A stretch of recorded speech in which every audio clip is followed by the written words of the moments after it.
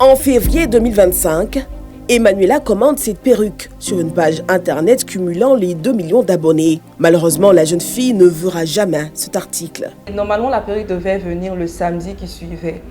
Toute la journée, maman ne reçoit pas d'appel, c'était bizarre. Donc, elle lui laisse un message aux environs de 18h pour lui demander concernant sa commande. Et le monsieur ne répond pas. Plusieurs fois, elle use de techniques de ruse pour essayer de mettre le grappin sur le présumé arnaqueur. Mais ces tentatives restent vaines. J'ai eu l'idée d'envoyer de l'argent sur son compte Mobile Money. Et je me suis rendu compte que le nom qui s'affichait, ce n'était pas le nom d'une femme, mais le nom d'un homme. Et c'est là qu'on a vu que c'était de l'arnaque. Donc après, j'ai essayé de voir sur TikTok. Et je me suis rendu compte qu'il a arnaqué plusieurs personnes. Espérant trouver ce qui lui est dû, Emmanuela va pour la énième fois essayer de contacter son voleur. L'appel n'aboutira pas.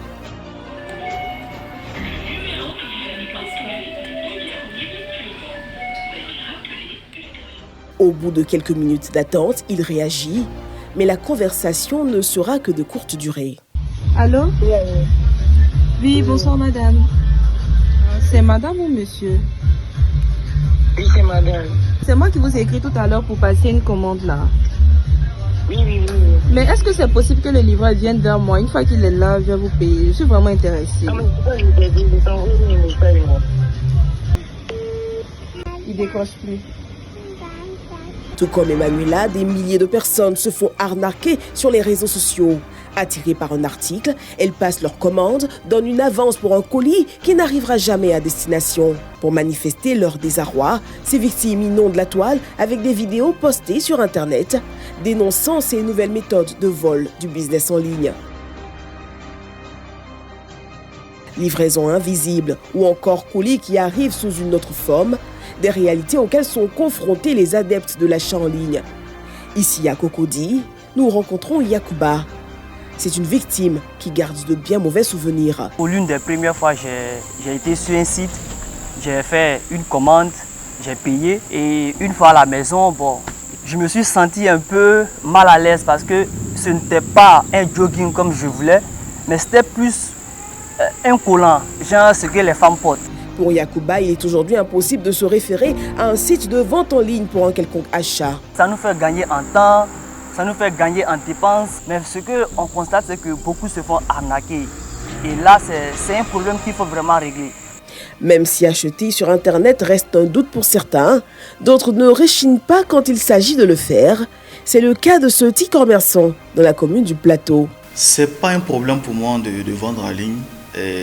C'est plutôt une opportunité. La vente en ligne a permis des gens qui sont passés de zéro à aujourd'hui à entrepreneurs. En moins d'un an, j'ai commencé vraiment à augmenter mes revenus. Effectuer ses achats en ligne, Yann le définit comme une manière de mieux gérer son temps et son énergie. Aller moi-même acheter, ça va me coûter plus d'argent, mais si je me fais livrer, ça me coûte moins d'argent.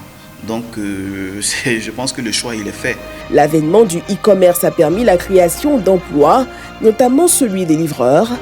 Face aux arnaques et plaintes sur Internet, ces derniers voient leur métier mis en danger. À Koumassi, Roméo, livreur depuis 3 ans, est sur le terrain, prêt à livrer. Allô? Oui. Ok, monsieur, c'est le livreur, je suis là. Une fois sur place, après vérification de sa commande, le client constate que les articles sont incomplets. Normalement, ça doit être 5 bouts. Apparemment, c'est ce qu'elle m'a remis. Elle a fait des colis quand j'étais bien arrivé. Elle m'a remis pour venir vous donner. En vrai dit, c'est pas facile. Parce qu'ils vont prendre le colis et ils ne savent pas ce qui est dedans. Ils viennent nous donner. Prendre eux les pas. Mais si c'est comme ça, eux-mêmes ça les arrange pas. L'entreprise aussi ça les arrange pas. Nous aussi on ne peut pas prendre parce que ce qu'on a demandé, c'est pas ce qu'on a reçu. Pour le livreur, ces problèmes sont récurrents dans l'exercice de ses fonctions. Des moments d'incompréhension parfois non négociables. Vous venez de constater vous-même, on est confronté à plusieurs problèmes. On n'ouvre pas les colis pour voir le détail parce qu'on ne sait pas comment ils se sont entendus en ligne. Du coup, nous, on ne fait que prendre le colis et puis aller directement vers le client pour la livraison. Si le destinataire n'est pas satisfait de sa commande, le livreur risque d'en payer les frais. Pour ce colis-là, comme ça, qui est quitté à la livraison à Palmyra jusqu'à Koumassi, Camp Commando. Si le client refuse de prendre le colis, je fais comment? mon carburant, mon péage pour être à l'heure, tout ça, ça m'approche à qui la pète. C'est moi qui paie. Les revers du business en ligne sont de plus en plus légion. Et pour éviter que les populations soient victimes de ces arnaques sur Internet, des consignes sont données par les experts. Lorsque je suis face à un achat, ou je suis face à un contexte de pression, une pression trop grande ou trop intense, c'est à moi de pouvoir poser la balle. Parce que de toutes les façons, c'est moi qui suis l'acheteur. Il faut vérifier les sources. Est-ce que ce magasin en question, est-ce qu'il existe véritablement? Et qui est-ce qui le tient?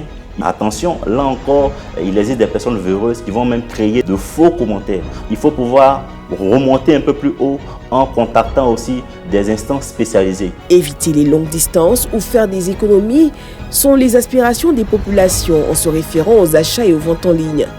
Ces habitudes censées faciliter leur quotidien sont aujourd'hui perturbées par des personnes de mauvaise foi. En ligne, il faut donc que la vigilance et la prudence restent maîtres.